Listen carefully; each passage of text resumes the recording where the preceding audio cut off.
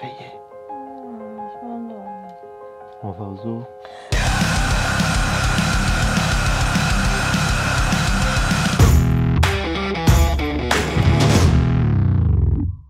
Salut, comme vous avez peut-être pu le voir sur Instagram, aujourd'hui j'étais à Paradisa parce que pour mes 25 ans on m'a offert une journée avec les soigneurs et j'espère pouvoir vous montrer des images cool en tout cas. Ouais, en tout cas ça commence dans 5 minutes donc oui, on va peut-être y je aller vais me dépêcher. maintenant.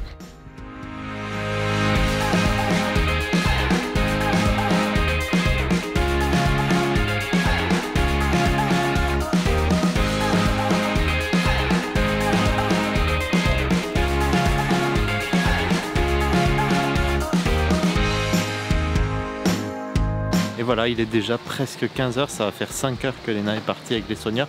D'ailleurs, je l'ai vue en train d'arriver, elle est en train de se préparer à revenir. Donc on va en profiter pour débriefer avec elle, j'espère que ça lui a plu, mais honnêtement, pour l'avoir vue de loin, ça avait l'air pas trop mal. Oh, c'était trop bien, franchement génial, c'était trop bien. Ouais, du coup, t'as fait quoi avec tout ce temps?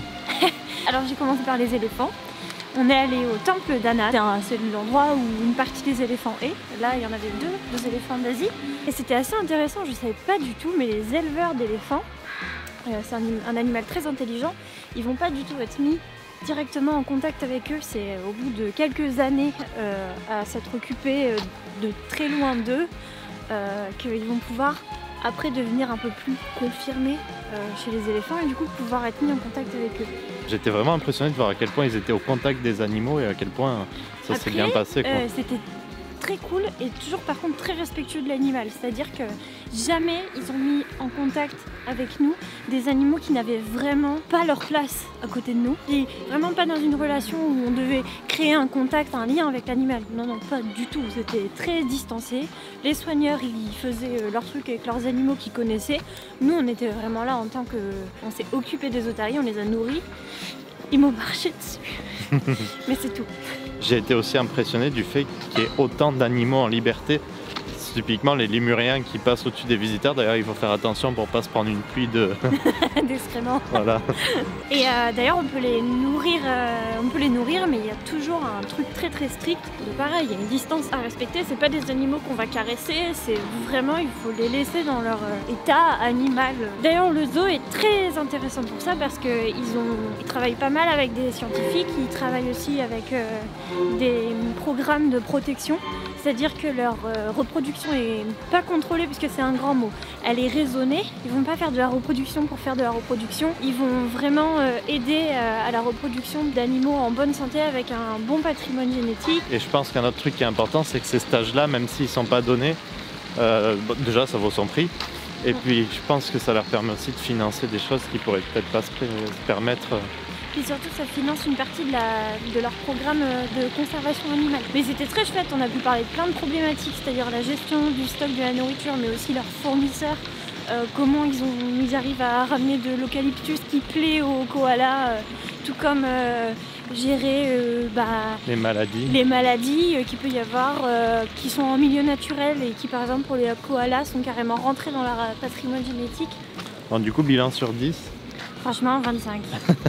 C'était génial, ça vaut vraiment le coup, c'est une chose à faire, je trouve. Et on est de la bonne cause. On va faire un petit tour, on vous montre des images de ce qu'on va regarder là et puis on se retrouve à la sortie.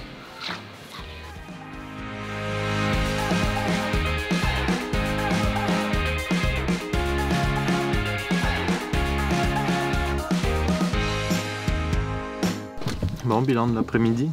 Trop bien, franchement trop bien. On a pu visiter un peu plus par nous-mêmes et moi j'ai trouvé qu'ils ont fait un super effort surtout sur la déco. C'est réparti par continent, il y a une partie japonaise, il y a une partie un peu asiatique, une partie africaine et je trouve qu'ils ont fait des décors qui sont vraiment superbes à regarder. On est immergé dans le continent avant de voir les animaux qui s'y trouvent et moi j'ai apprécié ça. Il y a beaucoup de plantes naturelles, ce que souvent je reproche aux zoos c'est de mettre beaucoup de choses artificielles parce que c'est plus facile à entretenir, mais là il y a vraiment énormément de plantes naturelles, c'est vraiment très beau. S'il y avait deux trucs un peu moins positif à retenir pour moi, c'est déjà le prix des entrées. Alors le stage c'est une chose, c'est normal, il y a beaucoup de choses à faire et c'est assez unique. Par contre après pour un adulte c'est un peu plus de 35 € l'entrée, sans compter les 8 € de parking donc, et les 20 € de repas par personne, donc c'est un sacré budget pour venir à ce zoo, mais bon J'imagine que c'est le prix à payer pour avoir un beau zoo qui est agréable à visiter.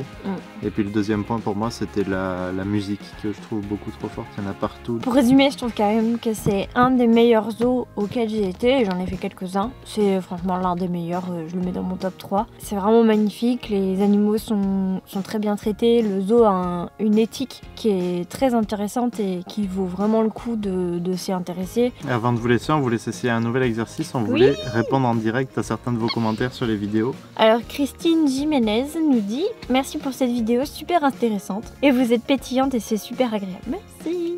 J'hésite à le montrer à ma fille qui a la phobie des papillons. J'ai aussi joliment présenté, ça pourrait peut-être la guérir. Déjà, merci pour ce commentaire. Oui, je pense que les vidéos comme ça, de toute façon, la peur, ça vient de l'incompréhension, donc c'est un bon moyen de combattre ça.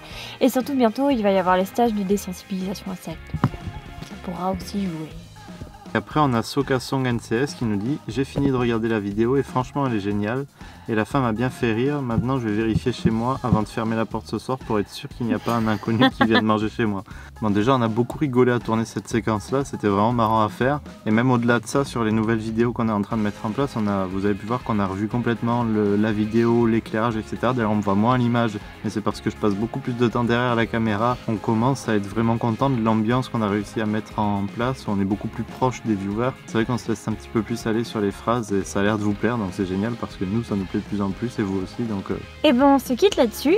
Abonnez-vous en bas là pour ne pas rater les prochaines vidéos, surtout qu'on part ce week-end voir un couple d'éleveurs assez connu. Je vous en dis pas plus, mais bientôt.